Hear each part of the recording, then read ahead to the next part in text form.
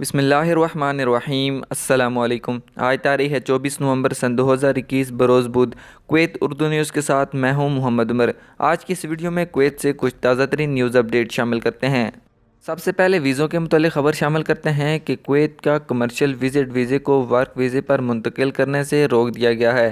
Public authority افرادی قوت نے کمرشل وزٹ ویزوں پر کویت آنے والے تارکین وطن کو ورک پرمٹ جاری کرنا بند کر دیے ہیں۔ کمیٹی بیگانہ ایمرجنسی کی جانب سے گزشتہ ہفتے جاری کردہ ایک سفارش کی بنیاد پر یہ قدم یورپی ممالک میں وبائی امراض کی نئی لہر کے پھیلنے کے پیش نظر احتیاطی تدابیر کے طور پر اٹھایا گیا ہے۔ روزنامہ آرائی کی رپورٹ کے مطابق اکتوبر میں وزرائے کونسل نے کویت کو ہر قسم کے ویزوں کا اجرا دوبارہ شروع کرنے پر اتفاق کیا تھا اور اتھارٹی نے کمرشل وزٹ ویزوں کو ورک ویزا یعنی پرمٹ میں منتقل کرنے کی اجازت بھی دی تھی۔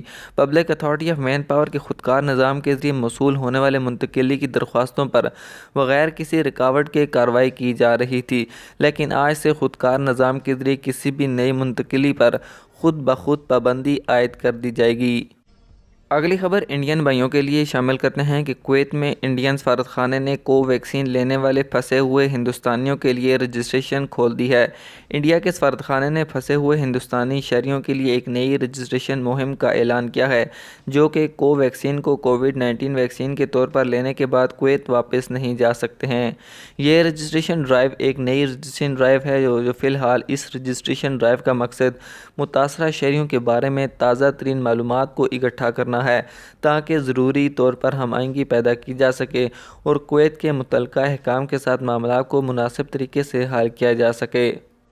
ایک پریس ریلیز میں کہا گیا ہے کہ وہ تمام لوگ جنہوں نے پہلے ڈرائیو میں رجسٹر کیا تھا اور کسی مسئلے کا وہ سامنا کر رہے تھے تو وہ گوگل فارم کو آن لائن بھر کر اس ڈرائیو کے لیے رجسٹر ہو سکتے ہیں، جس کا لنک جس کو چاہیے وہ ایمبیسی کی ویب سائٹ پر جا کر دیکھ سکتا ہے۔ مزید اس حوالے سے کوئی بھی اپڈیٹ آئے گی تو اس کو ایمبیسی کی ویب سائٹ پر شیئر کر دیا جائے گا۔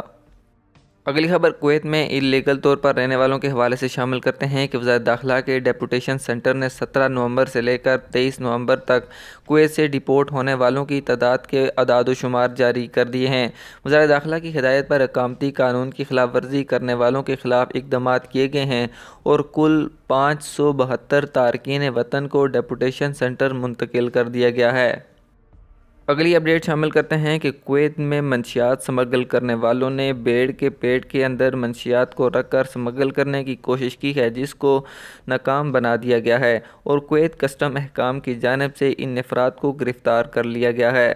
وزارت داخلہ نے بتایا ہے کہ ملک میں منشیات کی سمگلنگ کے لیے نئے اور جدید طریقے استعمال کیے جا رہے ہیں۔ اس تازہ ترین قبضے میں زندہ بھیڑوں کے پیٹ میں منشیات بھری ہوئی تھی جو پڑوسی ملک سے لائی گئی تھی۔ وزیر داخلہ شیخ سمر اعلیٰ اور general administration for narcotics control کی موجودگی میں اسمگلنگ کی کوشش کو ناکام بنا دیا گیا ہے۔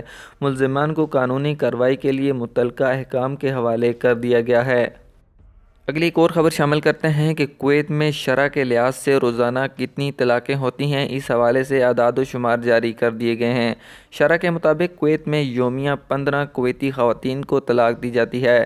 تفصیلات کے مطابق سرکاری اعداد و شمار اور کویت میں طلاق کی شرح میں اضافہ ظاہر کیا گیا ہے، جہاں 5 سال کے اعداد و شمار کے اجتماعی اعداد و شمار کی بنیاد پر روزانہ طلاق یافتہ خواتین کی اوسط تعداد 15 کویتی شہریوں تک پہنچ چکی ہے۔ مرکزی محکمہ شماریات کے مطابق گزشتہ 5 سالوں میں طلاق کے واقعات میں اضافہ ہوا ہے۔